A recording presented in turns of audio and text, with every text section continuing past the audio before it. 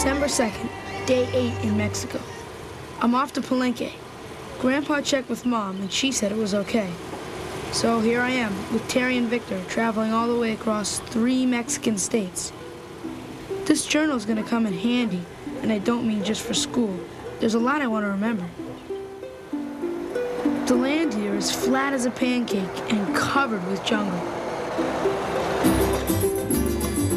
The town and people seem so different from Ohio, but I guess people are people. I just wish I could speak their language. The closer we get to Palenque, the more hills there are, and the jungle is even thicker. I guess there's more rain here. Well, here we are, finally. The sun's going down. You okay, I may not get to see the ruins today. Let's see if we can go find Quiche. Hey. Hi, Mom. Hi, love. Hola, Quiche. Hola, Victor. ¿Cómo estás? Bien, gracias. Bien. Quiche, this is C.T. Granville. Hola, Siti. Hola. Quiche. It's the Maya word. His grandfather owns the boat I was telling you about, and he's going to stay with us till we get to Tulum. Mm-hmm. Have you ever seen any of the Maya temples? Well, only from the boat. Mom, it's perfect right now. Can I show him? Sure. You want to go? Yeah. I'll take that for you. Oh, thanks. We'll be back before it starts. Okay, have fun. And be careful. Okay, step right here. Why? Wait a minute, what's going on here? What are you doing? You'll see. I can't see where I'm going. You're not supposed to.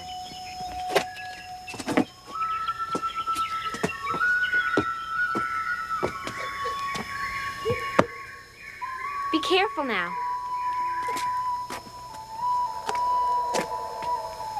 You ready to see Palenque? Guess so. Okay. There it is. Whoa.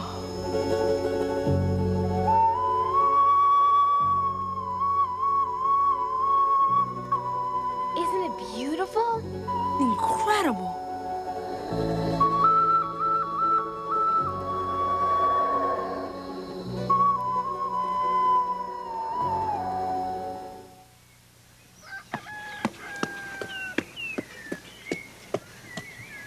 Buenos dias, C.T. Oh, hi. Morning. Buenos dias. Buenos dias. How come you're up so early? Oh, guess it comes from living on a farm. Mm-hmm. I tried to get Quiche up, but... Yeah, well, she got that from her daddy. Late to bed, and who knows when you rise. He died, huh? Quiche's dad? Yeah, 8 years ago. He was an archaeologist, too. Wow, that's that building? That's what it looked like? It's my best guess from the evidence. How long ago? About 1,300 years or so. That's all that was left when the archaeologists found it? Probably looked more like that temple. What temple? You see that mound of trees growing over there? It's probably a pyramid like the one we're sitting on. What happened to the people here anyhow? The Maya? If I could answer that one, I'd be in the Archaeology Hall of Fame. What do you mean? Well, this was a grand city hundreds of years ago. There were temples, plazas, ball courts. Ball courts? Yeah, they played a kind of ball game. We don't know the rules yet. But about 900 A.D., the Maya civilization just went poof, collapsed. It all fell apart. Nobody knows why. No ideas? Plenty of ideas, just no proof. What do you think? I think they invented TV, and they all went nuts watching reruns of Gilligan's Island.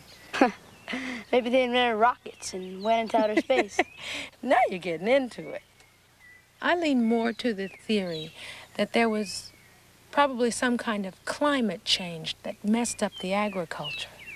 Or maybe some kind of social revolution, you know, the kings and the priests just asked too much of the people and they said, sorry, Jack, no way, and left the cities and went out into the country to farm. Well, how do you know that building looked like this? Come on, let's see if I can convince you. First of all, take a look at the front of the building. I think something is missing from the left side. And the part I haven't colored in this sketch is what I think was there. Why do you think that? I've noticed that the Maya usually designed their buildings symmetrically. If they put one thing on one end of the building, they usually put the same thing on the other end. So it's a good bet that this end looked like this end. But you can't be sure. Can't be sure. Come on, What about the colors? I'll show you. Here's my first clue. I mean, this is the actual paint from when this place was made? Yeah, they made paints. The colors came from soils and plants that grow around here. I made some of the paints myself to see what they look like before they fade. And this is what I got. This whole place was painted inside and out. Amazing. What are these holes for? Another mystery. Windows, maybe, except a lot of them don't go all the way through, or didn't then. We do know that the T shape was a sacred symbol to the Maya. Maybe they were places to store things. They could have been a way to hang big plaster sculptures. Yeah, but where are the sculptures? They'd been looted long ago. Looted? Filched, pilfered, stolen, ripped off. It's been happening since the ruins were found. Looters, huh? Whoa! Jeez. What disaster got you out of your hammock, may I ask? I slept through a big earthquake once. She used to never let me forget it. Listen, love, I want to get some more work done before they open the place to tourists. Maybe you can show CT around some more. I think he's getting hooked. Sure. Great. Thanks, Terry. Anytime.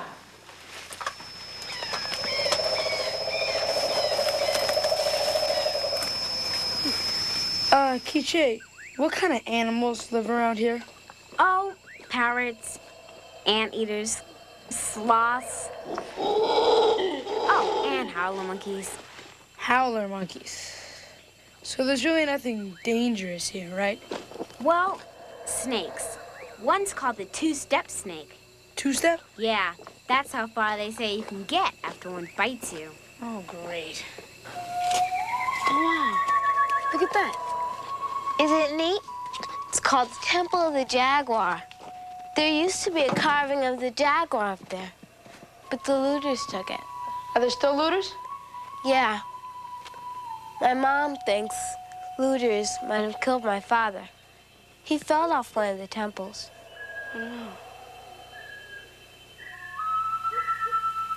Come on, I gotta take Victor's lunch.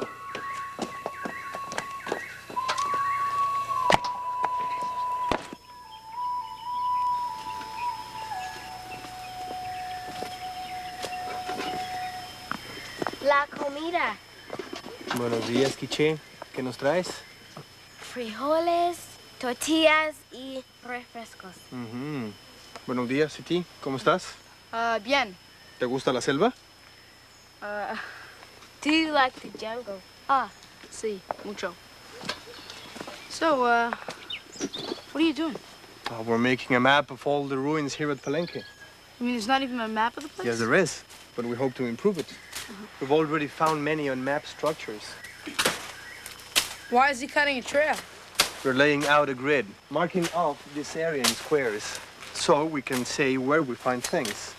For example, if we take an area of Palenque, say here, we use this transit to make straight lines like these ones. Oh, yeah, through the jungle. Say every 50 meters, like this. Yeah, I think I get it.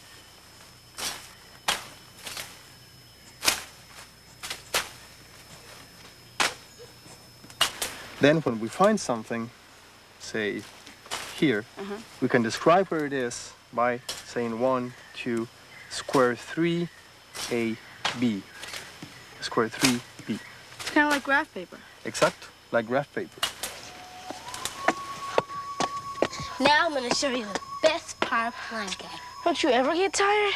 About 25 years ago, a guy named Roos decided there was something inside this pyramid. Inside it? Roos saw these holes in the floor. He figured the Maya used them to move this stone. So he moved it, and he found this. A passage. Yeah, except when he opened it, it was filled with rocks and dirt and stuff. When he started to clean it out, he found these steps. Wow.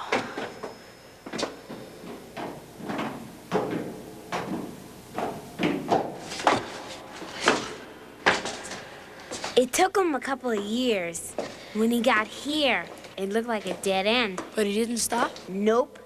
He kept digging, and he found more steps.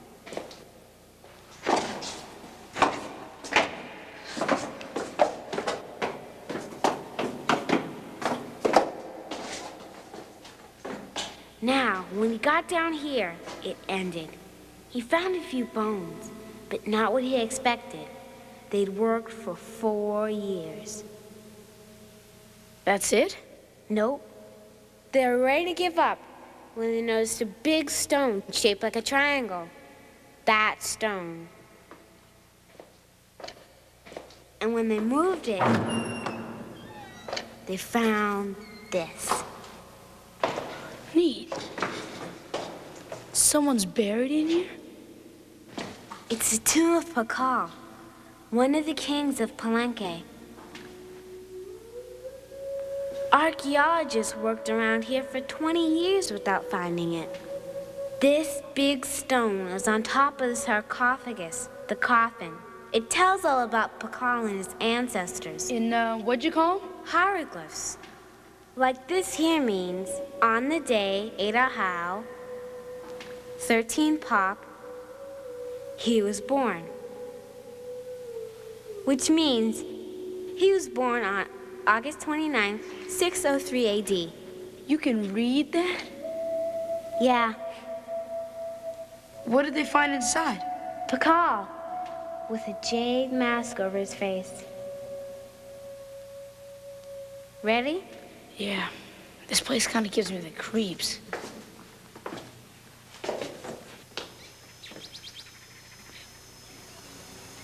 Terry, the Maya had a calendar, right?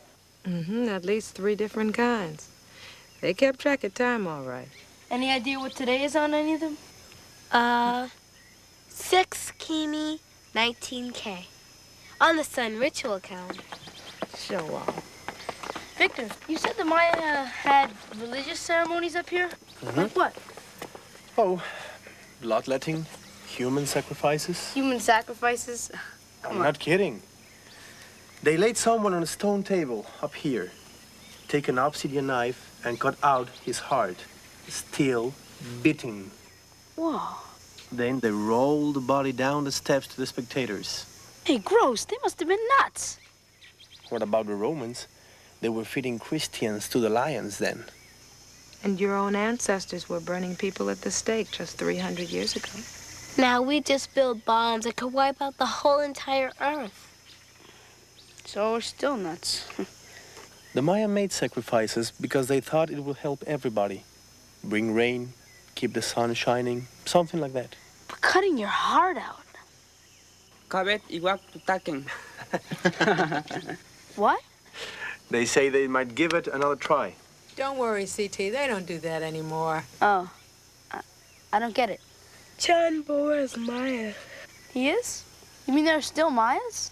Most of the people who live in this part of Mexico are Maya. Wow. For some reason, I just figured they were all gone. Tell them I'm sorry. I thought they were, extinct.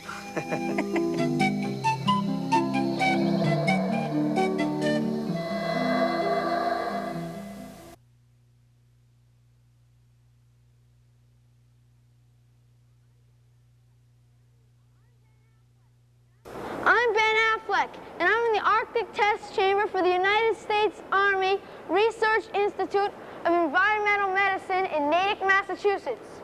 Hi, I'm still Ben Affleck. That was a few years ago when I came here to learn about how our bodies react to cold weather. Well, after being in Mexico in the hot weather for 4 months, I thought I'd come back to learn about what heat does to us. But I am a little worried. Last time I came here, I learned a lot, but it wasn't easy. Go through this quickly. Cold. Sit here? Yep, sit down right there. Let me get my jacket on here so that I don't Okay. freeze. It is getting a little brisk. It's getting colder all the time, too. So I don't know what's in store for me this time. Hey, Ben. Dr. Hamlin. Hi, Ben. Glad to have you come back. Yeah, it's great to be here. Listen, you know, I was just saying, I'm kind of worried because of what you put me through last time I was here. Yeah, we probably did you in a little bit last time, but if it's any comfort to you, Ben, I'm not the expert on heat around here, but I'll introduce you to the man who is. Okay, okay, sure.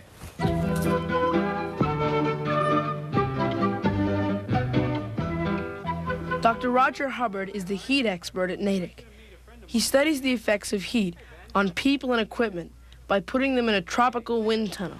Don't overcook him this time. Okay, Ben, this is the tropic wind tunnel, which is very similar to the Arctic wind tunnel you saw the last time you were here.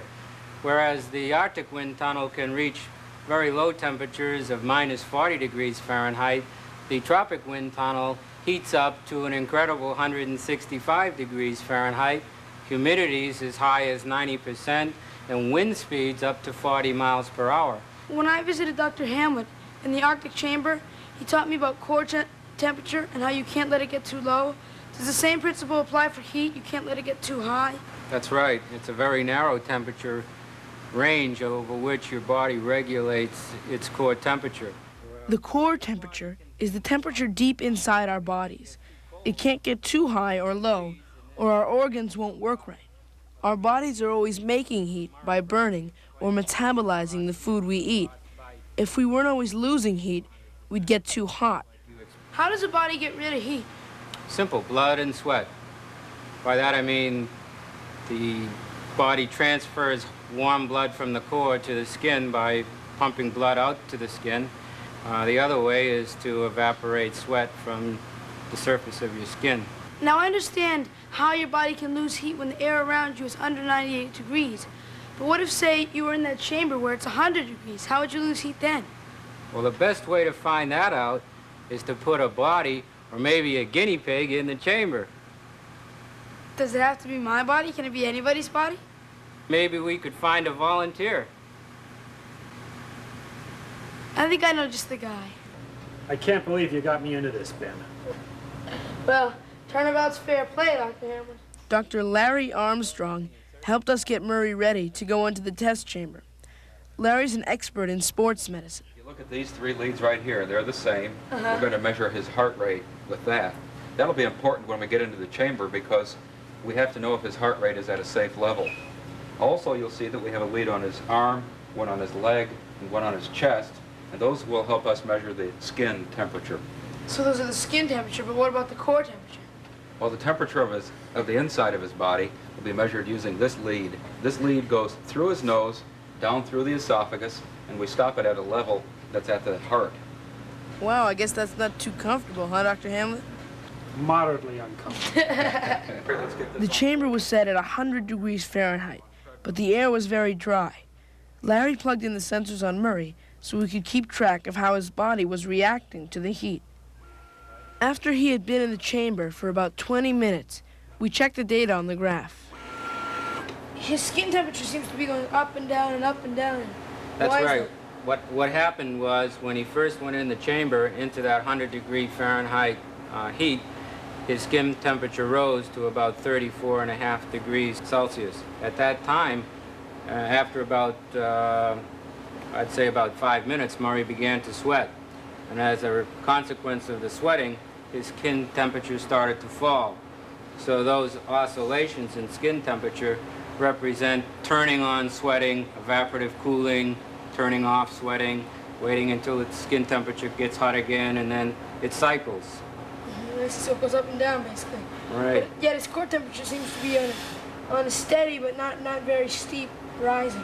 Well, it's averaging about 37.6 degrees, which is 99.8 degrees Fahrenheit, and it is staying very steady, which means the evaporative cooling that's occurring on his skin is compensating for the heat gain from the environment, and he's balancing heat gain and heat loss very well at this point.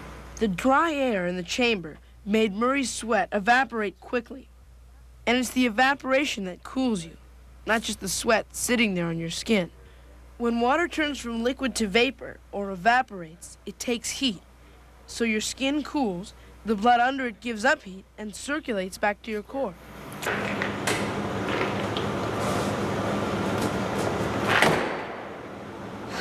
you doing, Ben? Hey!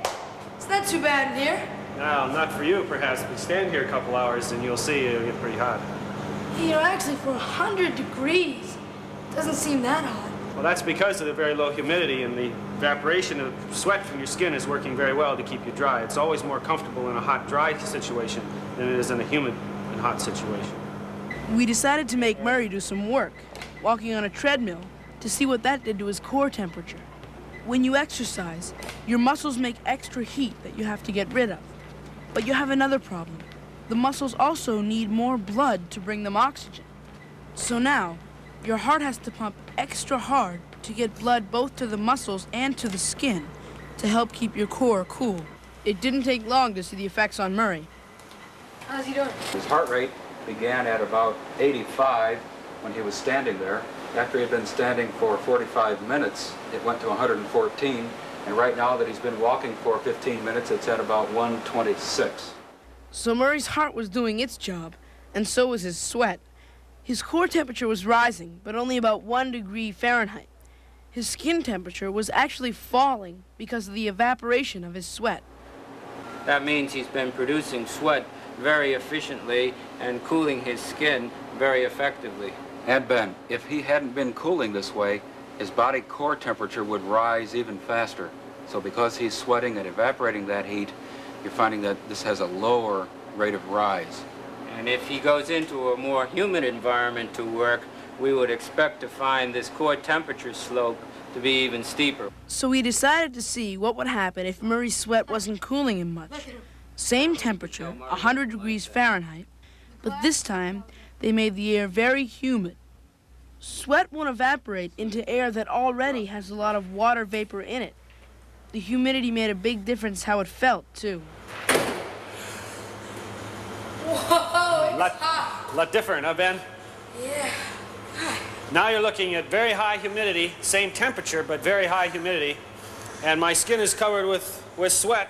I'm getting no evaporative cooling. I see. Do all animals sweat? I mean, how do other animals cool themselves? The animals have different ways of getting rid of their body heat. Birds, for example, have to have an internal cooling system. They have air sacs in their body that connect to the lungs.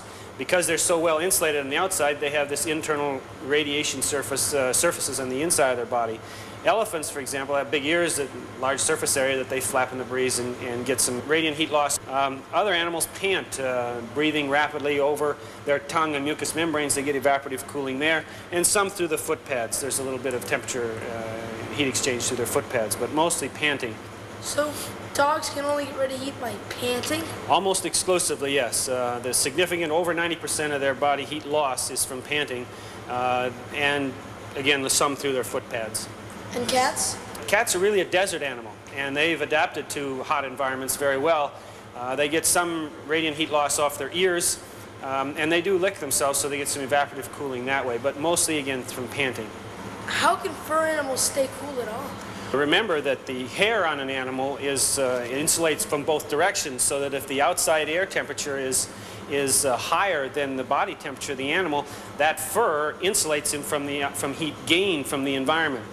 But most animals, when it gets hot, hide. They stay in underground or in dens or burrows or in the trees and bushes where they don't get the tremendous solar load, the radiant energy from the sun, and they are relatively inactive and they drink lots of water.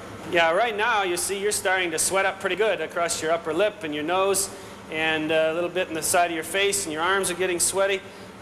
You're starting to look like I am. It won't be long until this heat becomes quite oppressive for you. Now that Murray's sweat wasn't evaporating, you could really see how much of it he was making. A person can sweat up to 2 or 3 quarts an hour. Sweat is mostly water, so it's important to drink a lot of water in hot weather or when you're exercising. I'm standing in a pool of sweat here now, and I haven't done any work at all. Get ready to start working, Dr. Hamlet. We're bringing the mill up to 3 miles an hour.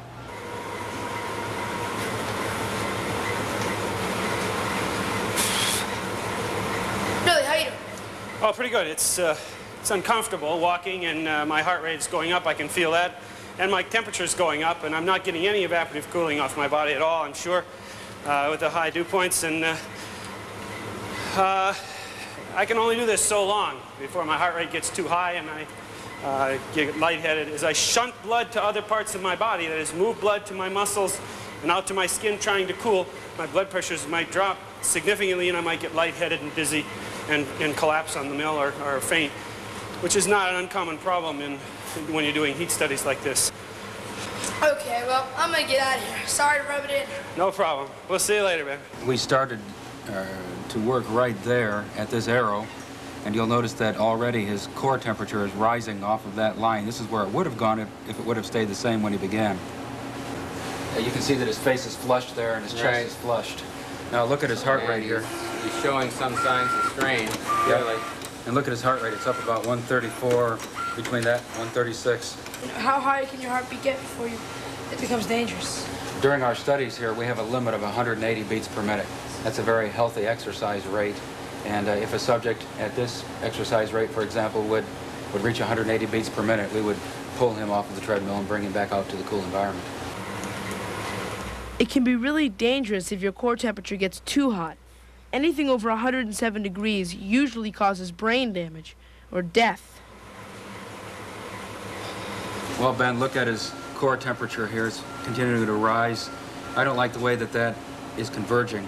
That is, the skin temperature and the core temperature are very close. I think we ought to get him out of there. You want to warn him that we're about to stop the mill? Sure. I'll walk in and assist. All right, Dr. Hamlet, it's all done.